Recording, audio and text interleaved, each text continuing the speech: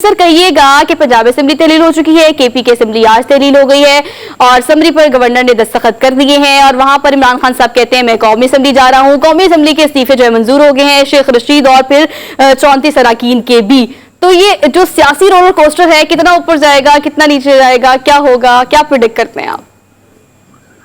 लेकिन गुजारिश यह है कि पाकिस्तान में मैं हमेशा कहता हूँ, आपके प्रोग्राम की कई दफा बात की है कि सियासत जो है वो मुल्की मफाद के लिए या सियासी मकासद के लिए नहीं, अपने जाती मफाद के लिए और जाती मकासद के लिए की जाती है। तो जो मौजूदा सूरत हाल है उसमें ये खुल के बात सामने आ गई, ये चीजें साबित हो गई हैं। आप देखें, इमरान खान साहब 9 महीने से तमाम लोग कह रहे थे कि आप असेंबलियों में आ जाएं, असेंबलियों में आ जाएं, असेंबलियों में आ जाएं, आप इन्हें टफ टाइम देंगे, ये मानो फैसले नहीं कर पाएंगे। लेकिन उन्होंने कहा मैं ना मानू, यही रख ले जाए रखी और नहीं गए। आज जब उन्हें अपना सियासी मुफाद सामने आया कि ओहो ये तो अगर राजा रियाज ही रहे अपोजिशन लीडर, तो ये तो अपनी मर्जी से मामला तय कर लेंगे, अपनी मर्जी से अपनी गिरान हुकूमत तय कर लेंगे, अपनी मर्जी से सारे काम कर लेंगे। तो उन्होंने सोचा मैं वापिस आ रहा हूँ।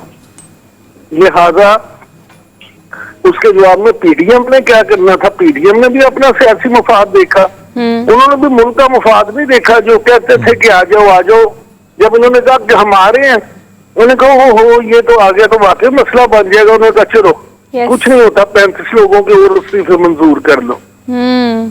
उन्होंने वो 35 बंदे मजीद फड़का दिए। मामला ये है कि इसमें आप ये देखें कि मुल्क का फिर किसी को एहसास ना हुआ ना, कह रहे हैं ये तो किसी को नहीं पता कि भाई मुल्क देखे मुआशी सूरत हाल क्या है। गरीब आदमी को रोटी नहीं मिली, गरीब आदमी क्या तो सफेद पोश बेचारा मर गया है।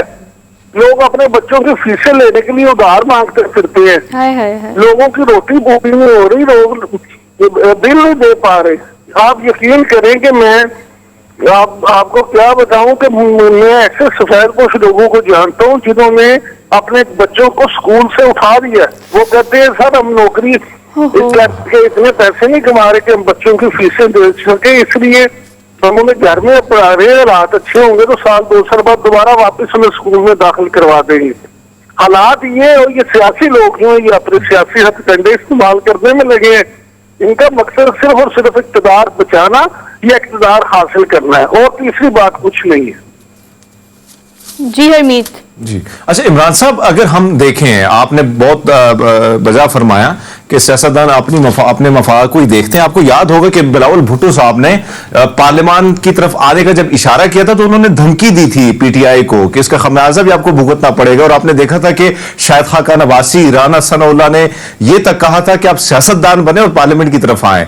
और जो राजा परवेज अशरफ साहब हैं, स्पीकर साहब, उनका तो यही कहना था कि मेरी आईनी जिम्मेदारी है कि आप रिटर्न बाय हैंड लिख के आएंगे, फर्दन ये मैं मंजूर करूंगा। अब कल जो ख्वाजा आसिफ साहब का बयान आया कि हम 70 जो मजीद इस्तीफे हैं वो भी मंजूर कर सकते हैं, तो आप क्या समझते हैं कि कितना बड़ा झटका है पीटीआई के लिए? पीटीआई ने जो चाल चलनी थी या जानबूझकर ये चाल खेली गई है पीटीआई की जानिब से?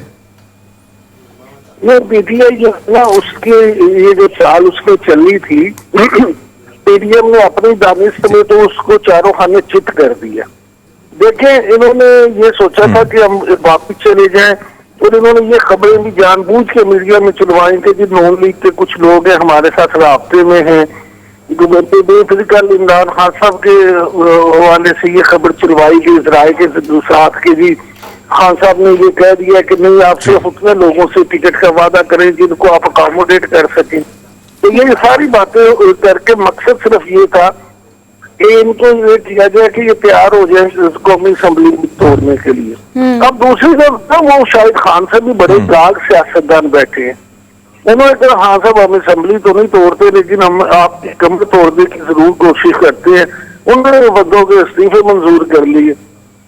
अब वो बाकी जो 70 हैं वो भी करके वो कर सकते हैं, लेकिन इशू ये है कि क्या ये चीजें करके ये हथकंडे इस्तेमाल में जानबूझ के गैर मुनासिब लफ्ज है हथकंडे, लेकिन मैं हथकंडे इस्तेमाल कर रहा हूँ कि क्या ये हथकंडे इस्तेमाल करके हमारे सियासतदान जो है मुल्की मसाइल को हल कर लेंगे? क्या ये हथकंडे इस्तेमाल करके जमहूरियत पनप सकेगी? क्या ये हथकंडे इस्तेमाल करके गरीब आदमी के मसले हल हो जाएंगे? तो मैं बड़ी माजरत के साथ कहता हूँ कि मुझे तो इन हथकंडों के बाद कोई भी चीज हल होती हुई नजर नहीं आती। सर मुल्की मसाइल इनका फोकस ही नहीं है। दरअसल बात सिर्फ ये है, जो इमरान खान साहब के साथ हुआ उसको किसी और के साथ करने की तैयारी वो फुल करके बैठे हुए हैं। अब अगर तरीके अदम इत्तेमाद लाई जाती है तो आप क्या देखते हैं कि उसके बाद किस हद तक कामयाबी मिल सकती है या मिलेगी? पहले तरीके अदम इत्तेमाद आई थी तो डायनामिक्स 360 के एंगल से चेंज हो गए थे, अब दोबारा हमें वही एक्सपेक्ट करेंगे हम? नहीं जी, अब तो वो देखे ना 35 लोग इनका मजीद कम हो गया। तो पहली बात तो ये कि इमरान खान साहब तरीके अदम इत्तेमाद लाने की पोजीशन में ही नहीं रही। अच्छा, अगर बिलफर्ज वो ले भी आते हैं तो उसके कामयाब होने का चांस तो 0% है ना। अब तो फर्क इतना है कि कैसे वो फर्क पूरा होगा। अब तो अगर एमक्यूएम इनके साथ भी मिल जाए तो फिर भी वो फर्क पूरा नहीं होता। ठीक है sir, thank you so much sir, thank